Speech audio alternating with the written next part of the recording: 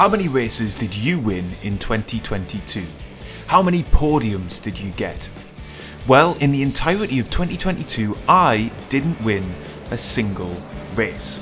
In fact, in over 2 years of online sim racing, I think I've won maybe 5 races, 2 on iRacing and a handful in Race Room. Sure, I've had a bunch of podiums, but even then, not that many. So has my progress stalled? Am I a failed sim racer? And if I am, why? Well, partly it's because of how online ranked systems work. The split system on iRacing and LFM should cluster you together with other similarly paced racers. Over time, it'll get really good at doing this based on the more races that you run, so your chances of coming up against slower drivers diminishes, especially in popular series with multiple splits. So I have essentially found my level. My iRating has been consistently around 1.8k in 2022, and I've found myself in a really great groove of enjoyable and competitive races, usually fighting in the midfield or for a top 5 finish.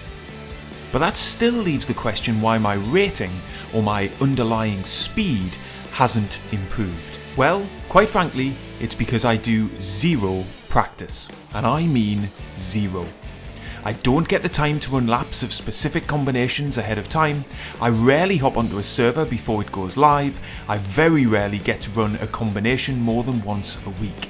I do zero setup work, I drive the car as I find it. Overall in 2022 I probably raced on average twice a week. Some weeks a bit more, some weeks less. It's my only way to maintain a balance between my job, family life and hobby.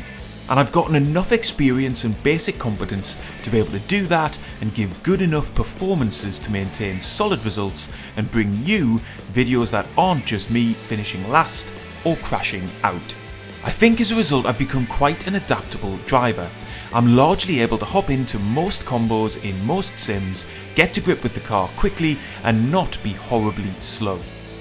But if you want to improve, there's no escaping the need to practice and understand where time in a lap can be gained or lost.